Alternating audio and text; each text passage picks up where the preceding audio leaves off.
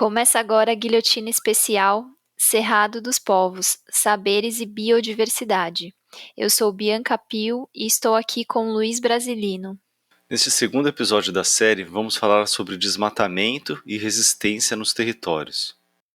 O Cerrado já teve mais da metade das suas matas nativas devastada ao longo do tempo, em razão, sobretudo, da expansão da fronteira agrícola. O processo de modernização conservadora da agricultura na região, a partir da década de 1960, conectado à Revolução Verde, foi favorecendo essa expansão avassaladora do desmatamento. Mas não se trata de um fenômeno relegado ao passado. Segundo dados do Instituto Nacional de Pesquisas Espaciais, o INPE, de 2001 a 2019, foram 28,40 milhões de hectares de cerrados desmatados, uma área maior do que a do estado de São Paulo. Isso evidencia a continuidade, a velocidade e a dimensão desse processo de destruição.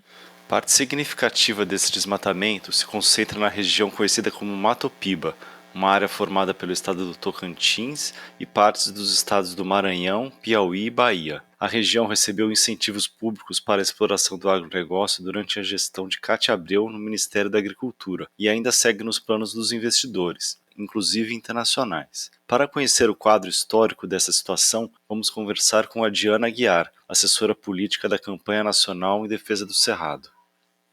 A gente queria começar te perguntando se você pode nos dar um quadro sobre o histórico de desmatamento no Cerrado. Quais ou qual são as concepções associadas ao bioma que permitem que ele seja passível de destruição na sua avaliação? Essas perguntas são muito importantes para entender por que o Cerrado está ameaçado de extinção na realidade, né? Caso a gente não faça nada para reverter o curso dos acontecimentos.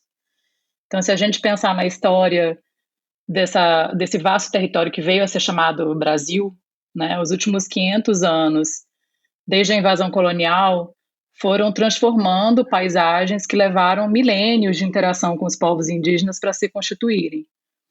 A expansão do que era naquela época a sociedade colonial, ela não se deu de forma linear e homogênea em todo o território do Brasil, né? Obviamente, a Mata Atlântica sofreu degradações mais intensas desde muito cedo nesse processo de exploração colonial.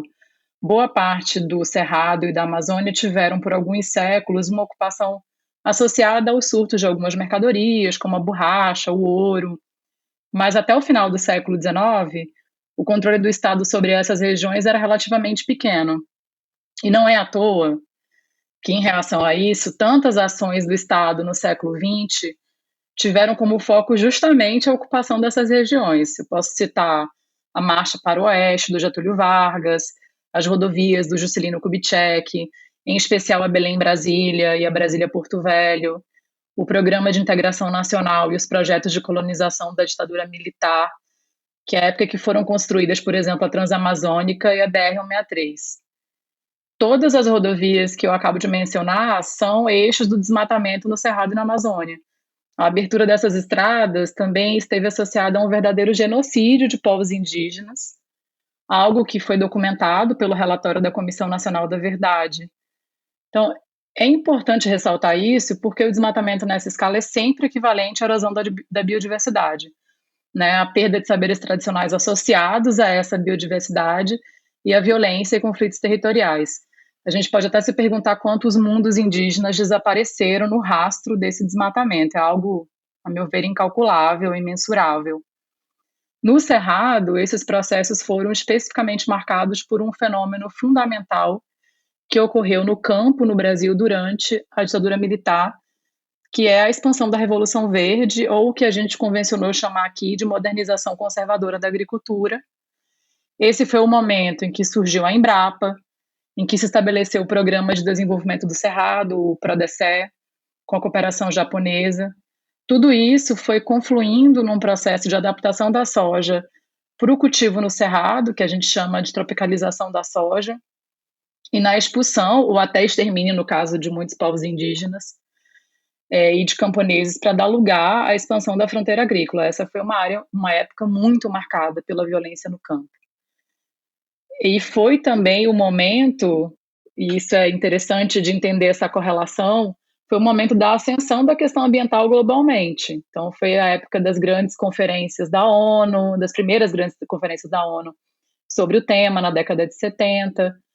E isso tudo foi levando a uma forte pressão internacional sobre a ditadura militar em torno da preservação da Amazônia. Então, tanto o PRODECER, o Programa de Desenvolvimento do Cerrado, como a ocupação do Cerrado de forma ampla, pelo que na época se chamava de agricultura industrial e que a gente veio depois a nomear de agronegócio, foram justificadas como uma estratégia de preservação da Amazônia.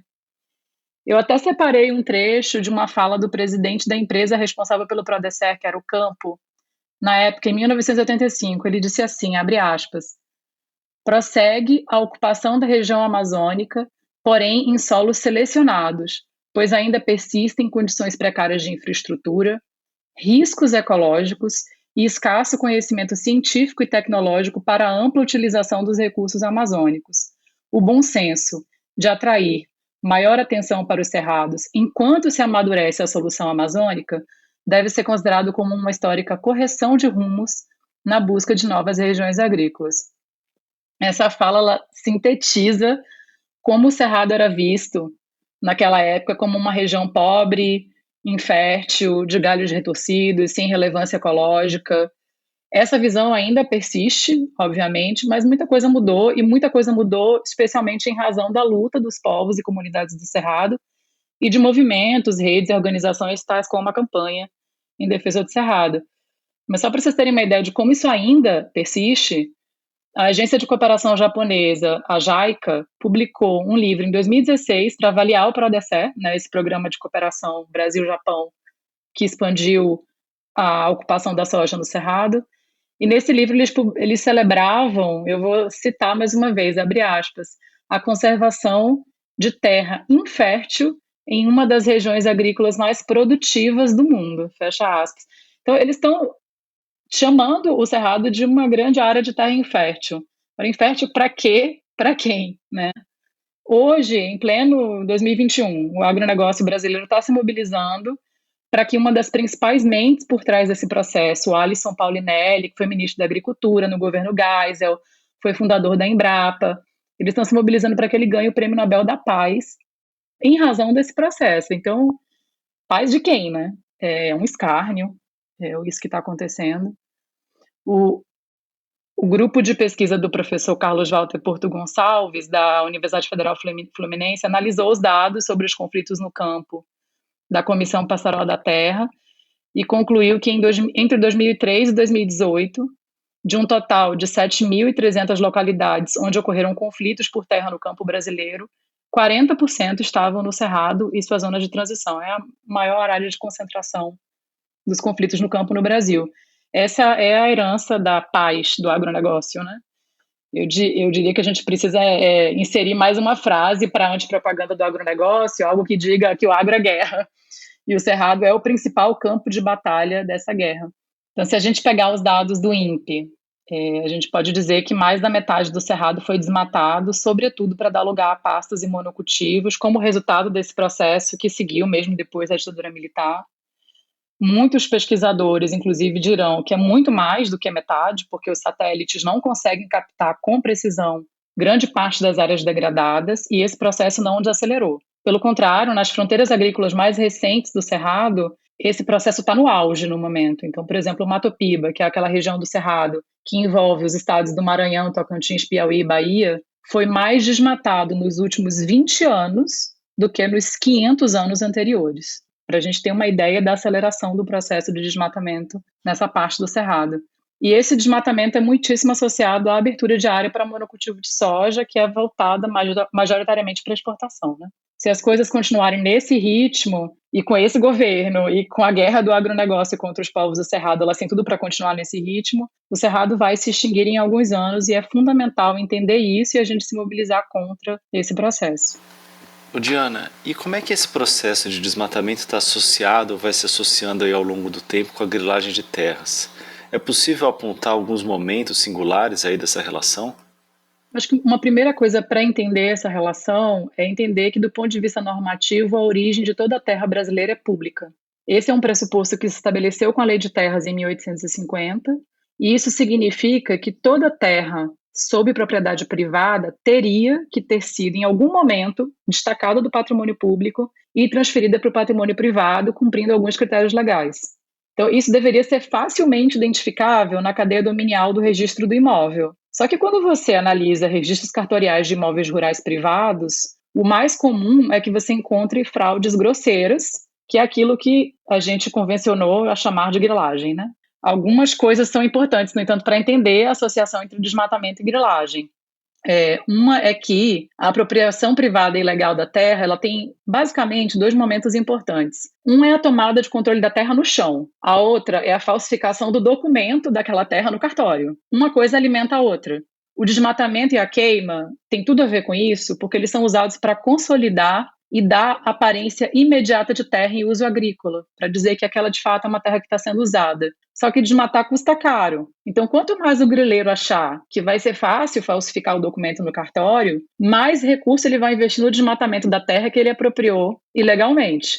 E se ele for olhar a história, ele vai pensar que a chance é grande que essa empreitada dê certo. Porque, em geral, o sujeito que desmata acaba dono da terra. Esse é o mote, inclusive, daquela frase que um grileiro do oeste do Pará disse sobre a certeza que ele tinha da impunidade em relação à grilagem e que virou o título de um livro excelente, O Dono é Quem Desmata, que talvez muitas pessoas conheçam, que foi dos pesquisadores Maurício Torres, Juan Doblas e Daniela Alarcon. Essa ideia, dono é quem desmata. Muitas vezes o grileiro, ele disse isso porque ele sabia que essa era, em geral, a regra. E à medida que o governo vai cada vez mais promovendo legislações, e o próprio Congresso Nacional, obviamente, desmontes das leis que vai facilitando o processo de grilagem, desmatamento e anistia, cada vez mais a certeza da impunidade dos desmatadores e grileiros aumenta e mais eles fazem esse tipo de fraude cartorial com a certeza de que vão conseguir se apropriar da terra.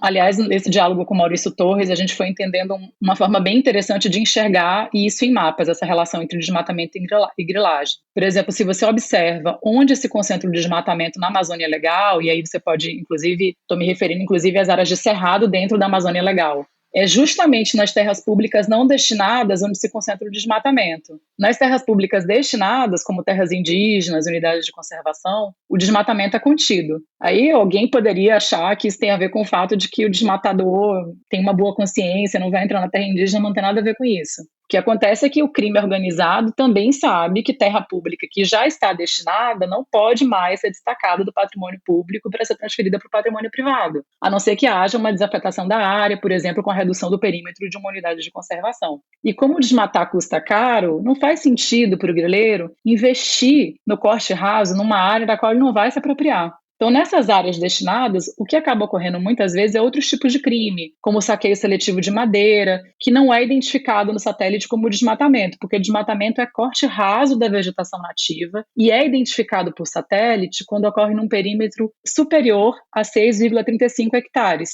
Isso não quer dizer que o saqueio madeireiro não cause degradação florestal, que não esteja associado a conflitos, pelo contrário, mas é uma dinâmica diferente do ponto de vista ambiental e agrário.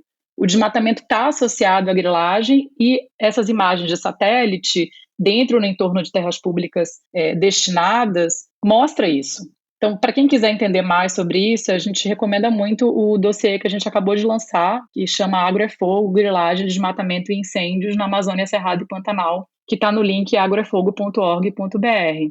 Uma coisa que talvez seja interessante de notar, comparando com a Amazônia, é que, como o Cerrado tem menos terras indígenas e unidades de conservação demarcadas que a Amazônia, essa dinâmica que eu acabei de descrever é bem menos visível nos mapas do Cerrado do que na Amazônia. Mas, se você olha as imagens de terras públicas destinadas no Cerrado, essa correlação se sustenta. Isso vai mostrando a relação intrínseca que a questão ambiental, agrária e fundiária tem no Brasil. Isso também reforça a necessidade de titular os territórios das comunidades tradicionais e dos povos indígenas, bem como os assentamentos de reforma agrária, porque é nesses territórios que o Cerrado segue de pé. Desde o início, o governo de Jair Bolsonaro começou a minar a capacidade das instituições públicas de monitoramento e controle, como o INPE e o IBAMA. Ao mesmo tempo, segue dando mostras de leniência com o desmatamento. A emblemática frase do ministro do Meio Ambiente na famigerada reunião ministerial de abril de 2020, "Vamos aproveitar para passar a boiada", resume bem a situação. Então, para isso precisa ter um esforço nosso aqui, enquanto estamos nesse momento de tranquilidade no aspecto de cobertura de imprensa, porque só fala de Covid, e ir passando a boiada, e mudando todo o regramento, e simplificando normas, de IFAM, de Ministério da Agricultura, de Ministério do Meio Ambiente, de Ministério disso, de Ministério daquilo. Para falar sobre o desmonte das políticas ambientais e fundiárias no Brasil, recebemos agora Joyce Bonfim, integrante da coordenação da Associação dos Advogados dos Trabalhadores Rurais. Ela explica também sobre as conexões entre grilagem de terras, desmatamento e expropriação de territórios tradicionais no Mato Piba. Joyce, você podia começar apresentando para a gente um panorama do desmonte das políticas ambientais e fundiárias que tem havido no Brasil nos últimos anos? Bom, de fato, o governo de Jair Bolsonaro, né, tem sido emblemático na flexibilização das legislações e políticas ambientais e nas alterações da política fundiária, facilitando o que a gente chama da legitimação dos processos históricos de apropriação ilegal de terras públicas, ou seja, né, de grilagem. No entanto, acho que dois marcos importantes desse processo, né, desse processo mais recente, vêm antes de Bolsonaro. Um deles é a Lei 11.952, também conhecida como Lei da Grilagem, que criou o programa Terra Legal em 2009 e acelera os processos de regularização fundiária, né, de ocupações irregulares em terras públicas federais na Amazônia Legal. E logo em seguida, né, como segundo marco, tem o novo Código Florestal, que foi publicado em 2012, que regularizou ambientalmente os imóveis rurais a partir da anistia ou do perdão aos infratores ambientais que ficaram desobrigados de recompor a reserva legal e áreas de proteção permanente. E, além disso, o Código também trouxe o CAR, né, que é o Cadastro Ambiental Rural, no formato digital, que tem sido utilizado como instrumento de grilagem. Agora, sim, com certeza, nos últimos 5 anos, né, pós-golpe que instituiu a ex-presidenta Dilma, esse processo de desmonte se intensificou de uma forma muito impressionante. Instalou-se uma conjuntura política ainda mais propícia, né, à tramitação acelerada e sem consulta à sociedade das medidas e legislações flexibilizadoras. E isso acontece assim, em um contexto, inclusive internacional, da chamada corrida global por terras, né, que junto com o aquecimento do mercado de commodities, né, de venda e exportação de grãos, vem também aquecer o mercado fundiário e o preço da terra.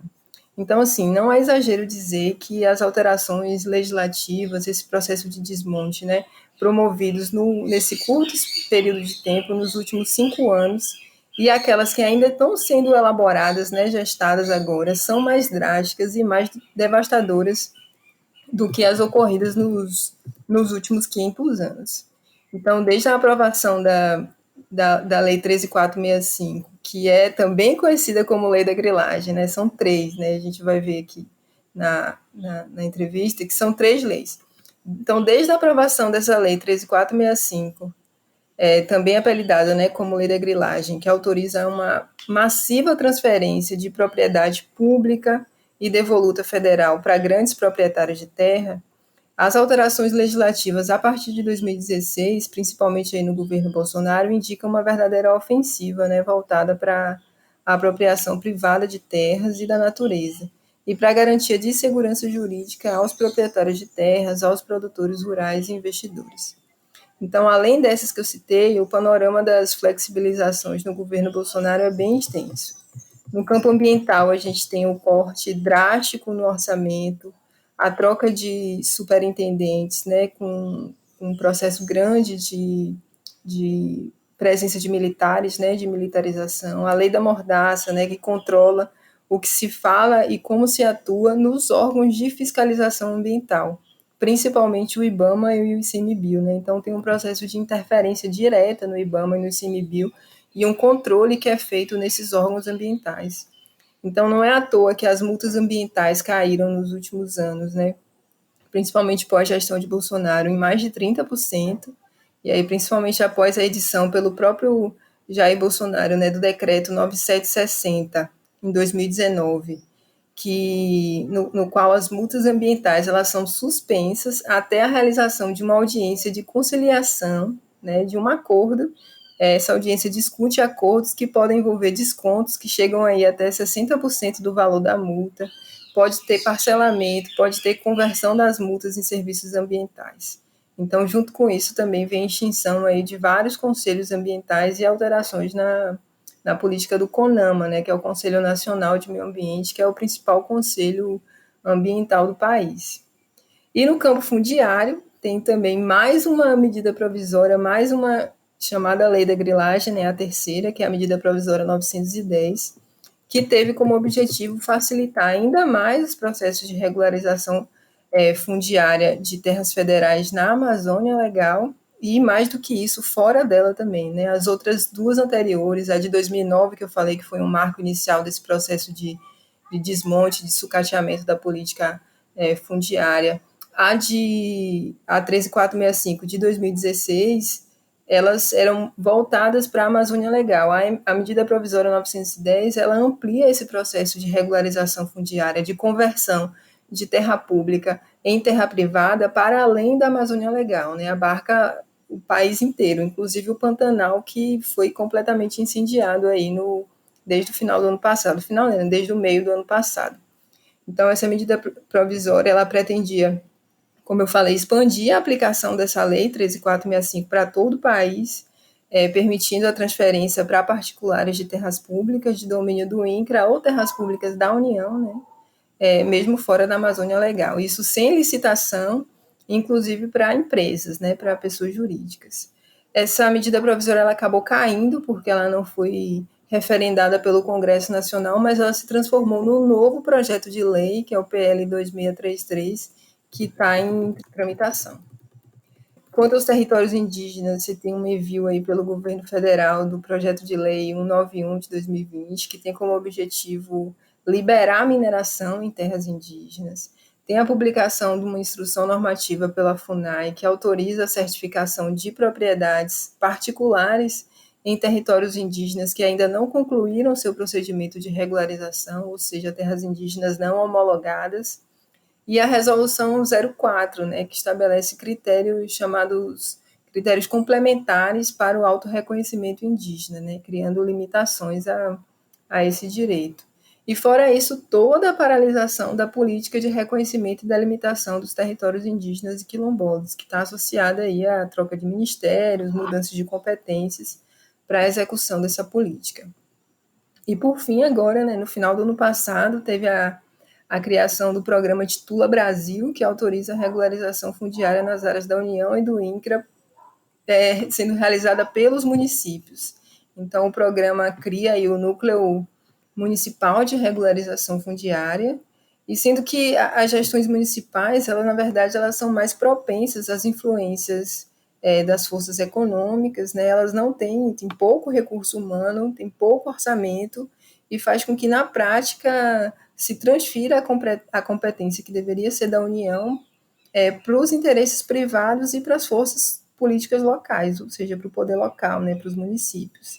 Então, se transfere a titulação das terras públicas federais, que deveria ser competência da União, né, se transfere para os interesses privados e para as forças políticas locais. Esse programa ele foi regulamentado esse ano por meio de decretos e instruções normativas e está aí sendo implementado com todo vapor, né?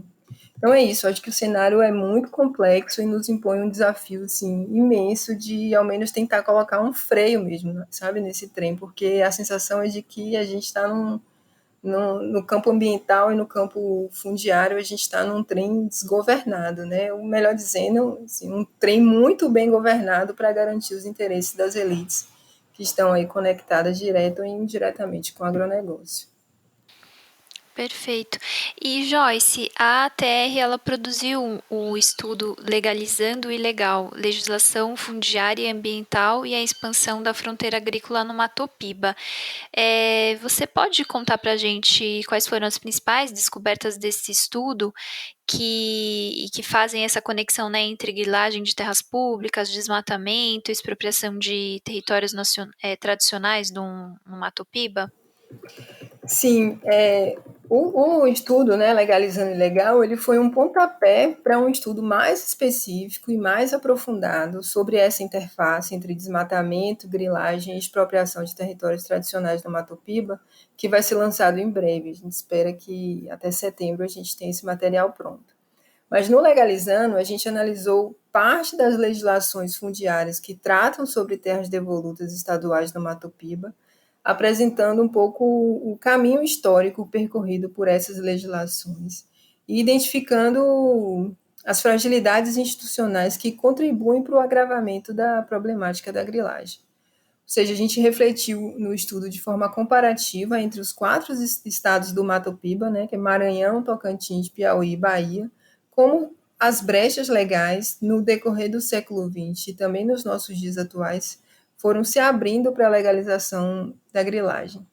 Então, mesmo que ainda haja, e há de fato, né, o uso e o fundamento da grande propriedade em registros paroquiais falsificados, em falsificações de certidão de óbito, em inventários fictícios, em títulos falsos, né, nos grilos, né, colocados nas gavetas para envelhecer esses títulos falsos, a grilagem, juntamente com o agronegócio, ela tem se modernizado e se institucionalizado. Ou seja, ainda que, assim como no âmbito federal, né, estão também nos estados do Mato Piba sendo elaboradas, gestadas legislações, algumas, na verdade, são antigas, estão sendo remodeladas, então estão sendo alteradas essas legislações e práticas para facilitar os processos de grilagem. E o que a gente começou a dizer no Legalizando e vai reafirmar na próxima publicação, né, que ela vai analisar o cadastro ambiental rural, né, os cadastros fundiários do INCRA e a evolução do desmatamento no Mato Piba, é que há um que a gente chama de ciclo histórico que envolve grilagem, expropriação de territórios tradicionais, desmatamento e anistia. Não necessariamente nessa ordem, a ordem acaba que varia a depender da realidade e das dinâmicas que são associadas, né? Mas o que já deu para captar a partir dos estudos e análises que a gente tem feito, né? Bom, o Mato Piba é a delimitação de uma região tida como propícia para a expansão da fronteira agrícola. O anúncio é de que há pelo menos 73 milhões de hectares disponíveis para serem incorporados ou qualificados na dinâmica do agronegócio. Acontece que boa parte dessa cifra de hectares são, na verdade, terras públicas, que estão ilegalmente maquiadas como propriedades privadas, ou seja, elas são griladas, ou estão em processo atual de grilagem. E em muitas delas estão diversos povos e comunidades que historicamente construíram e ainda constroem o Cerrado como um dos biomas com maior sociobiodiversidade do mundo. Então, para que haja a efetiva incorporação dessas terras, né, que em tese estão livres, né, em tese, para que haja a efetiva incorporação dessas terras à dinâmica do agronegócio, é necessário a retirada, a expropriação dos territórios tradicionais, o que com certeza gera conflito, claro, né, e a consolidação de que essas terras originalmente públicas sejam transformadas aí entre aspas, em privadas, e tudo isso precisa ser feito com segurança jurídica. Então, assim, além das práticas históricas, né, de corrupção, que envolve toda a institucionalidade, desde os cartórios, o judiciário e os diversos governos, a grilagem tem sido operada por meio das chamadas cercamentos digitais, que são a utilização dos cadastros, tanto fundiários quanto ambientais, digitais, como forma de legitimar a grilagem. Ou seja, a grilagem que ela é, né, operada no cartório, ela é feita no cartório com a falsificação do título, ou no próprio judiciário também com a falsificação do título. Ela é legitimada, ela se legitima no meio digital, por meio desses cadastros, né, seja ambiental ou cadastro fundiário, cadastro principalmente do INCRA, né, a gente tem analisado muito o SIGEF, que é o Sistema de Gestão Fundiária do INCRA, e busca se concretizar no chão, ou seja, no território, por meio da expulsão com o uso da violência, na maioria das vezes, dos povos tradicionais e busca também se concretizar por meio da efetivação do desmatamento. Algumas vezes esse caminho ele é invertido, né? Se inicia com o desmatamento, depois parte para as tentativas de expulsão e o uso da violência. Então, assim, mas é um ciclo que, a depender da realidade concreta, vai se iniciar por algum desses pontos, né? Seja o desmatamento, seja a expropriação, seja a grilagem, seja a legitimação dela nos cadastros digitais. E aí, por que o desmatamento ele entra nesse ciclo? Primeiro, porque ele é um instrumento de consolidação da posse e da suposta propriedade. Ou seja, ele é uma das formas principais de consolidar a fraude que foi feita no documento. A fraude documental que foi feita no cartório, ela é concretizada com o desmatamento, ela é concretizada com a expulsão. Além disso, o agronegócio, ele, que está assentado na grilagem, ele pressupõe o desmatamento, né? O desmatamento é fundamental para o avanço da fronteira agrícola, né, para a transformação e homogeneização da paisagem do cerrado. Então, não tem como plantar soja, plantar milho, plantar algodão, a partir da lógica do agronegócio, sem desmatar, na proporção e na dimensão que é hoje, sem fazer o corte raso. Isso na dimensão produtiva que a gente está falando, né? Porque até na dimensão mais especulativa com a terra, o desmatamento também é um fator importante porque ele agrega valor ao preço da terra. Então, não é à toa assim, que os municípios que a gente analisou, os municípios que a gente fez investigação, né, não é à toa que os municípios mais desmatados do Mato Piba são também aqueles com maiores índices de conflito por terra, são os municípios com maior volume e área destinada para a produção de grãos e são aqueles também com maior discrepância entre os cadastros ambientais e fundiários que delimitam essas supostas propriedades. Nos últimos anos, temos acompanhado o aumento de incêndios criminosos na região do Cerrado. Conversamos com Valéria Santos, da articulação da Comissão Pastoral da Terra do Cerrado, para entender a relação entre fogo e desmatamento. Ela nos conta como o fogo tem sido usado como uma arma contra as comunidades e como essas populações seguem resistindo. Bom, a gente queria começar perguntando para você sobre o ciclo fogo, desmatamento, grilagem e anistia. Você pode explicar para quem está ouvindo a gente como funciona esse ciclo? E também, os incêndios que a gente viu aumentar nos últimos anos, eles têm relação com a grilagem de terras? E aí, se você puder trazer alguns dados também sobre a quantidade de hectares que foram queimados no Cerrado, a gente agradece. Então, primeiro eu agradeço, né, o convite para participar desse podcast. Eu acho que é muito importante a gente estar trazendo essa temática do Cerrado, né? Então, agradeço vocês.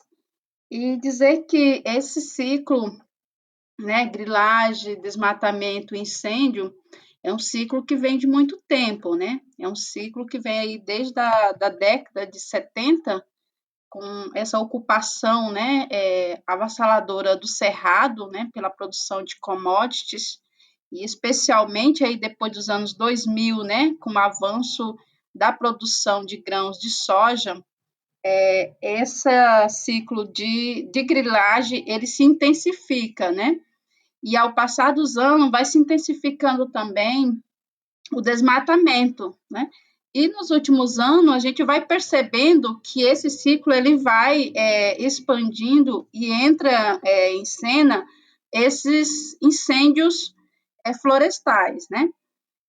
Os incêndios contra a casa, contra as roças das comunidades, isso vem de muito tempo. Os próprios dados de conflito da Pastoral da Terra apontam, né, como o fogo vem sendo usado como arma contra os povos e comunidades tradicionais do campo.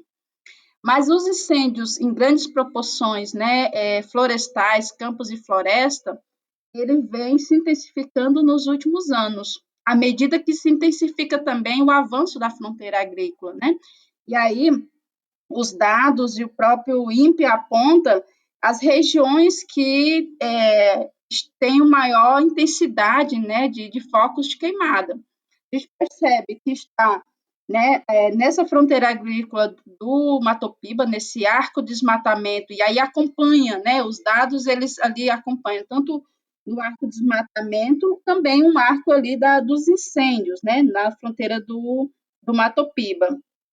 Mas também nesse arco de desmatamento, nas áreas de transição do Cerrado e Amazônia, né, considerada aí como uma região da Amazônia legal, mas também são áreas de cerrado, né, como regiões de Mato Grosso, né, próprio Tocantins, Maranhão, Rondônia.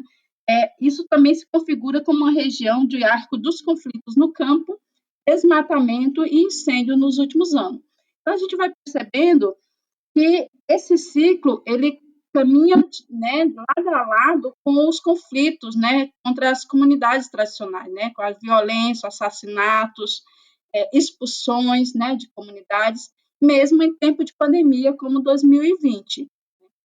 Então, é nesse contexto que aquece, né, esses incêndios, que são incêndios criminosos. Diferente do que o governo federal tenta passar a mensagem, né, de que são incêndios provocados por comunidades, e a gente bem sabe que há mais de 500 anos, povos indígenas e comunidades tradicionais fazem uso do fogo, e faz esse uso do fogo de forma muito responsável, né, e integrada às suas práticas agrícolas, e esse uso do fogo, ele não se expande para outras áreas, além daquela área da roça de toco que eles pretendem fazer seus plantios, né? Tem todo um cuidado, tem toda uma técnica ancestrais que é utilizada e que vem contribuindo, inclusive, para a conservação do cerrado, né? Para recuperação de muitas áreas. Esse fogo das comunidades não é responsável por esses mais de 136 quilômetros quadrados de áreas incendiadas em 2020 no Cerrado. Não é, né?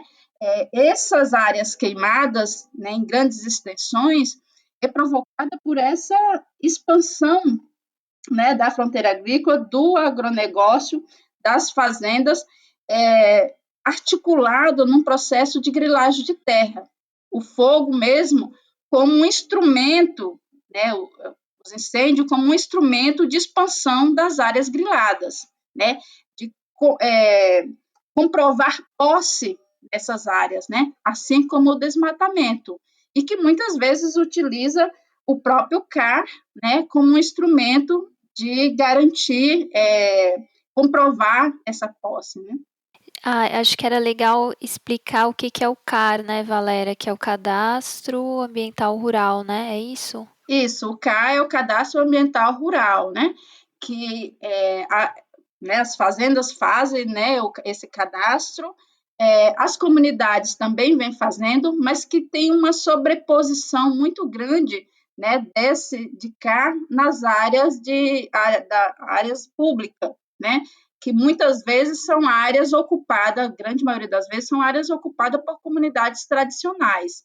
E o CAR é acessado de forma ilegal, né, por grileiros, né, e usado de forma a comprovar aí junto a órgãos de financiamento público como bancos e órgãos ambientais para liberação de desmatamento, mas também comprovação de posse, né, para acessar financiamentos, né.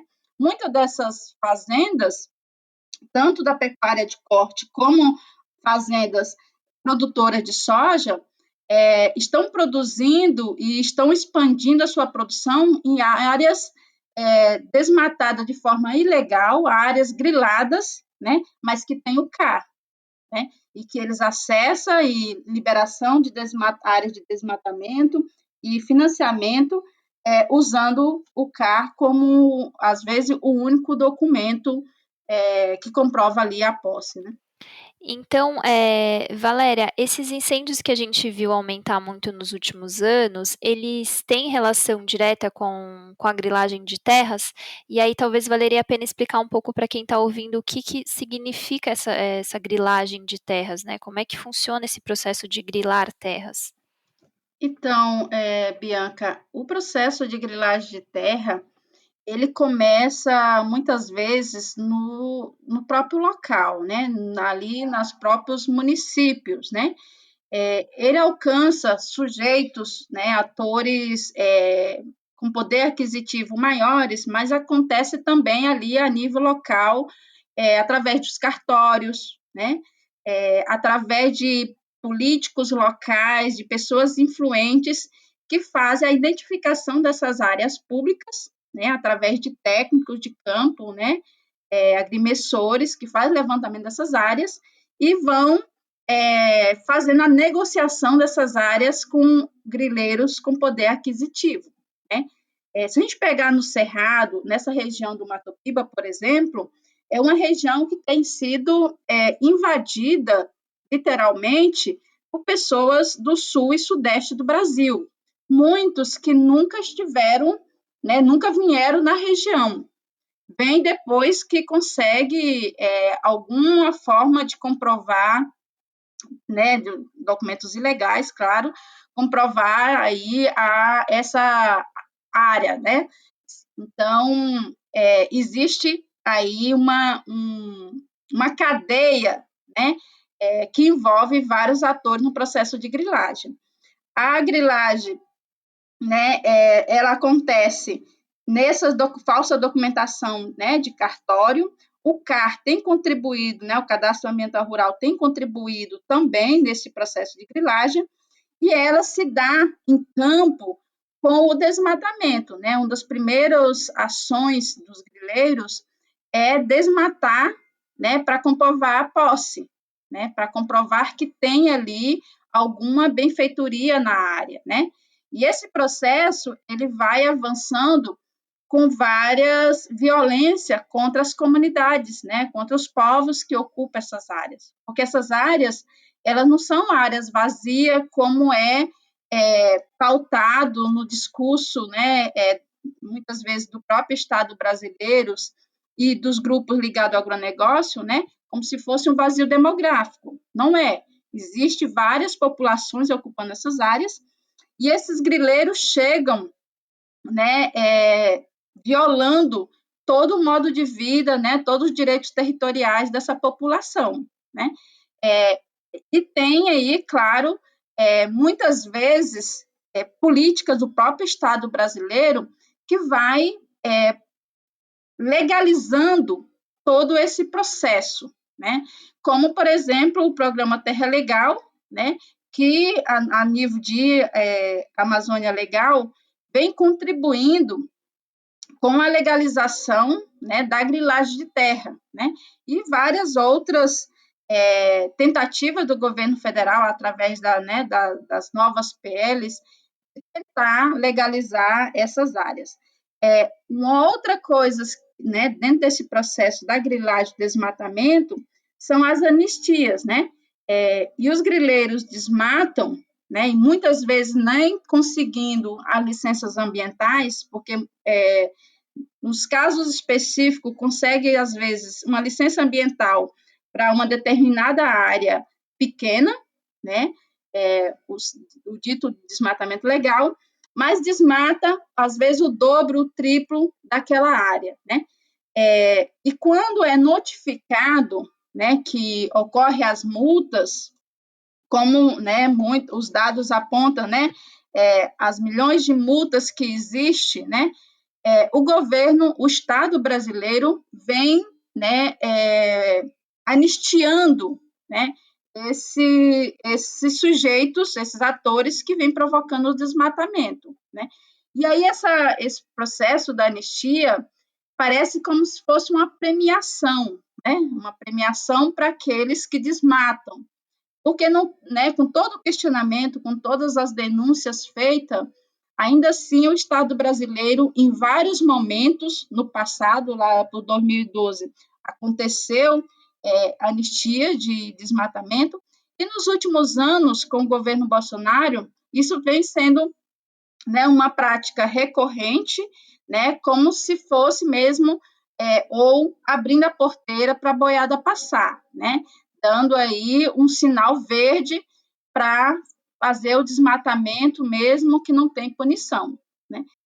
E, inclusive, o que se percebe é uma mão muito forte do agronegócio, inclusive do agronegócio com capital internacional, na movimentação de aprovação de alteração nas legislações ambientais e fundiária para beneficiar a expansão dessas commodities, né?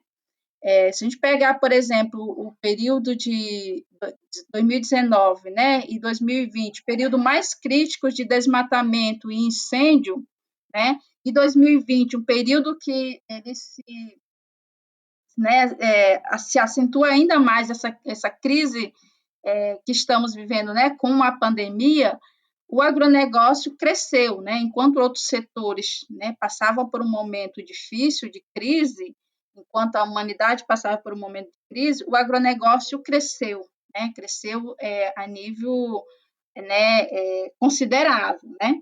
E a soja, por exemplo, no Cerrado, ocupa em torno de 75%, né, da produção.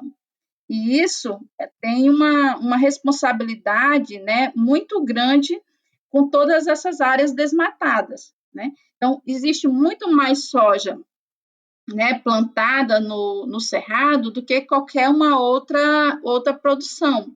E se olharmos isso para o Matopiba, ele é criado, né, claro que no discurso oficial é para fomentar, né, a economia de médio e grande porte, mas na realidade é para fomentar a produção de soja, né? O que cresce no Matopiba é a produção de grãos de soja, né? E a disputa dessas terras é direto, né, para crescer aí as áreas, né, de produção de soja.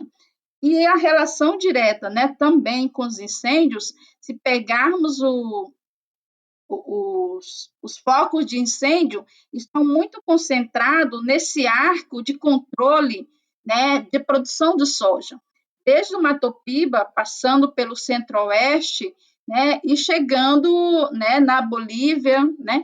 Então, a gente vai perceber que esse arco do fogo dos incêndios de desmatamento, ele caminha junto com a expansão da soja. Mas também, se olharmos para a Amazônia, né, que tem aí crescente também a produção de carne, né, a pecuária de corte, também caminha junto com os conflitos, né, que envolvem desmatamento e incêndios. Então, as commodities têm uma relação direta, né? E os investidores e os compradores da Europa, né, e de outros países também têm uma responsabilidade direta por essa soja, por essa carne, por essas commodities que são produzidas, né, em áreas de conflitos, em áreas de desmatamento, grilagem, né, e que vem junto com esse ciclo também assassinato de lideranças. Então, eu costumo dizer que essas commodities, elas são manchadas de sangue, né? De sangue indígena, de sangue quilombola, né? De sangue camponês e de sangue dos animais do cerrado, porque, né, todo esse desmatamento e incêndio tem provocado aí toda uma problemática na biodiversidade do cerrado, né? Então, é preciso colocar isso de forma muito clara, né? Quem compra e quem financia as commodities também é responsável por esse ciclo desmatamento, grilagem e incêndios, né? E aí tem as multinacionais que também estão por trás, né? E muitas vezes não são responsabilizadas. A nível de cerrado, as principais como Cargill e Bunge estão presentes no Tocantins, no Maranhão, no Piauí e algumas regiões da Bahia, devem ser responsabilizadas por toda essa destruição ambiental e por todos esses conflitos e desterritorialização das comunidades. E Valéria, uma parte que é importante, né, que as pessoas que são diretamente afetadas por tudo isso que você está relatando para a gente são os povos do Cerrado, né? Muitos ainda lutando para ter seu território regularizado, enfim, enfrentando uma série de problemas e violências. Mas como é que eles têm conseguido, eles e elas têm conseguido resistir a esses ataques? Então, Bianca, as comunidades tradicionais eles têm todo um processo de resistência comunitária, né? Aquela resistência do dia a dia, né? E que eu vejo como uma resistência organizada, né? A nível de articulações locais, regionais, né? E estaduais, mas também tem um processo de resiliência, né, dos povos, porque a resistência ela não está só nas formas organizativas, institucionais das comunidades, mas está no dia a dia, né, da relação com o território, com a regeneração desses territórios que estão sendo tão massacrados. E essa resistência, ela tem uma relação direta, articulada com a questão da religiosidade, né, com as festividades dos povos, com os processos de produção e a vivência com o território. Essa relação direta com a terra, com a água, né, com a biodiversidade do cerrado, né? Assim como o cerrado ele tem uma grande capacidade, né, de se regenerar após todo, né, um momento, né, de seca, né, e de incêndio, as comunidades também têm essa capacidade, né, que vem aí de históricos, né, de relações, de religiosidade, né, das suas crenças. E a nível de organização, as comunidades elas estão organizadas a nível de teias, como a teia do Maranhão, né, a nível de articulações locais, né, a nível de comunidade, dos seus territórios, de associações, de cooperativas, de movimentos como o Moquibon, né, as organizações indígenas têm as suas diversas articulações, né, e as comunidades elas estão saindo desse espaço só do território e indo para um espaço mais público de denúncia, né, através dos seus movimentos, através de outros espaços de interlocuções, estão fazendo denúncia, né, do que eles vivem. E essa resistência ela é cotidiana, né? Ela se dá ali no dia a dia mesmo, né? De construção, de um processo de educação, no processo de retomada dos territórios, como, por exemplo, os povos Gamela, no Piauí, no Maranhão, né? E também os Guarani Kaiowá, né? No Mato Grosso do Sul, que vem, né? Num processo doloroso, né, de expulsão, de violência, mas que também faz seus processos de retomada, né, seus processos de permanência nos territórios. E o território, ele é muito maior do que a terra de forma física. O território, ele envolve outras relações, né, que o grileiro não tira. O grileiro consegue grilar a terra física, as águas e as matas. Mas o território simbólico do povo, o grileiro não mata e não consegue cercar. Cerca o território físico. Então, a resistência ela vem da cultura, da identidade, da ancestralidade e das vivências desses povos com o cerrado, né? Com os territórios das águas, das florestas, e é isso que se constitui a forma de resistência desse povo, através dessa resiliência e inconvível mesmo com o cerrado.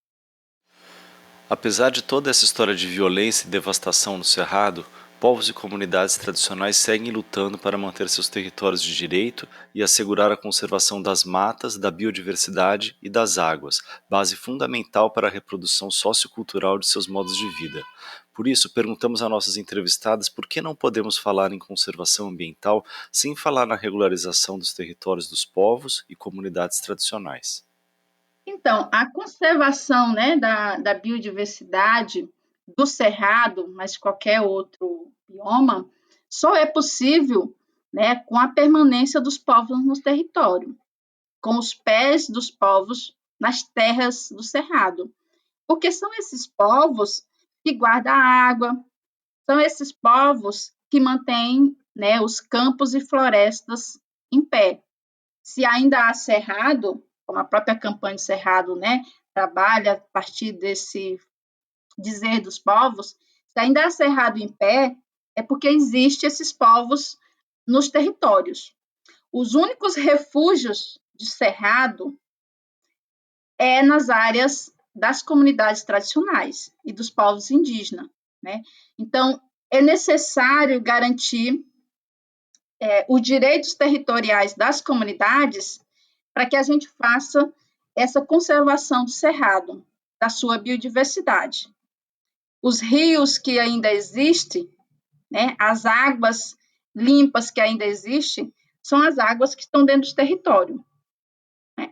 Aonde tem soja, aonde pisa o boi, não tem cerrado. Né? O cerrado já é coisa do passado nessas áreas. Né?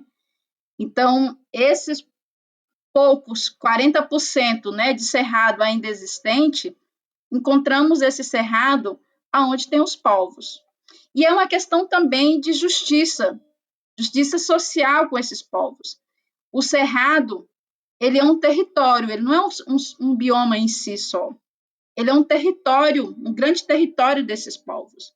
É a casa, né? Essa casa comum dessas populações que há milhares de anos vêm convivendo e vêm construindo o cerrado. Assim como o cerrado, ele modifica as pessoas, ele né, modifica o jeito de viver das pessoas, as pessoas das comunidades também vai construindo esse cerrado que é uma casa, né, e que é esse território amplo. Nós não temos dúvidas de que as áreas e territórios que ainda estão sob o controle dos povos e comunidades tradicionais, das comunidades rurais, são aquelas em que ainda há cerrado em pé, são as áreas preservadas. Em todos os casos analisados pela ATR na pesquisa de desmatamento e grilagem, no Mato Piba, né, as áreas controladas por povos e comunidades tradicionais são as áreas preservadas. A lógica que orienta a forma tradicional de relação desses povos com a do cerrado é a da conservação, é a da preservação. Seja porque é com a preservação que se possibilita o extrativismo dos frutos do cerrado, né, que é uma das principais formas de subsistência dessas comunidades, seja porque o cerrado em pé permite o regime de solta e criação extensiva de gado das comunidades geraizeiras e das comunidades de fecho de pasto, que são comunidades tradicionais específicas aqui da Bahia e que utiliza o território de forma coletiva para a criação extensiva de animais, e seja porque o cerrado também é produtor de água. E essa é uma compreensão milenar mesmo dos povos que vivem no bioma. Então, ao passo que as áreas, né, dos povos tradicionais são as áreas preservadas, a gente observa assim, um regime muito intensivo do desmatamento ao redor desses territórios, nas margens, né, pressionando seus limites. E as pequenas incidências, né, que a gente tem de desmatamento no interior dos territórios tradicionais são justamente nas áreas que têm sido alvo de tentativa de expropriação. Então, o desmatamento ele acaba sendo um fator que marca a diferença de quem controla o território. Então, se o território é controlado por povos e comunidades tradicionais, o desmatamento é ínfimo. Se o território ele é controlado por representantes do agronegócio, o desmatamento ele é pressuposto. Então, a gente tem como exemplo os territórios, como eu falei, dos feixes de pasto aqui no oeste da Bahia, que apesar da história de expropriação, né, desses territórios, tanto das comunidades geraizeiras e dos fundos de feixe de pasto, hoje a gente tem no oeste da Bahia pelo menos 40 territórios de fecho, ocupando quase 500 mil hectares. 99% desses feixes não tem o título dos seus territórios ou qualquer tipo de garantia, proteção institucional, de proteção mesmo sobre esses territórios, e grande parte deles estão sobrepostos aos cadastros fundiários e ambientais. Ou seja, é o processo de resistência que mantém boa parte desses territórios em posse tradicional. E essas são justamente as áreas que estão vivenciando um processo muito atual de grilagem, mas que ainda tem maior preservação de vegetação nativa se comparado com a dimensão do agronegócio, justamente por estar sob o controle dos feixes, né? E quem fala isso, assim, não sou eu, são as imagens de satélite. Então é isso, assim, se há um interesse na preservação ambiental do cerrado, na preservação das águas, se há um interesse no enfrentamento dos problemas fundiários e socioambientais, um passo essencial é o reconhecimento institucional dos territórios tradicionais e a implementação de uma política séria de delimitação, demarcação e destinação desses territórios, que deve ser executada a partir dos próprios povos e do autorreconhecimento deles, né? E a gente sabe que esse também é um desafio, pois, como eu disse antes, assim, a gente está vivenciando uma grave paralisação na política de reconhecimento dos territórios indígenas e quilombolas, Então, o governo Bolsonaro tem implementado uma política genocida em relação a estes povos, que se reflete nas suas declarações e ações, e em relação aos demais povos e comunidades tradicionais, comunidades de arezeiras, quebradeiras de coco, fundo e fecho de pastas, comunidades ribeirinhas, tem-se muito pouco avanço na construção de políticas efetivas com marcos legais voltados para esse reconhecimento. Mas, assim, uma coisa certa de que a gente não tem dúvida que qualquer caminho para o enfrentamento dos problemas do desmatamento, da grilagem, dos conflitos fundiários, passa pela implementação de uma política séria de reconhecimento dos territórios tradicionais. Os territórios dos povos indígenas e comunidades tradicionais, eles são a área onde tem mais cerrado em pé, e também por isso eles são a área onde está a biodiversidade, as áreas onde está a biodiversidade do cerrado.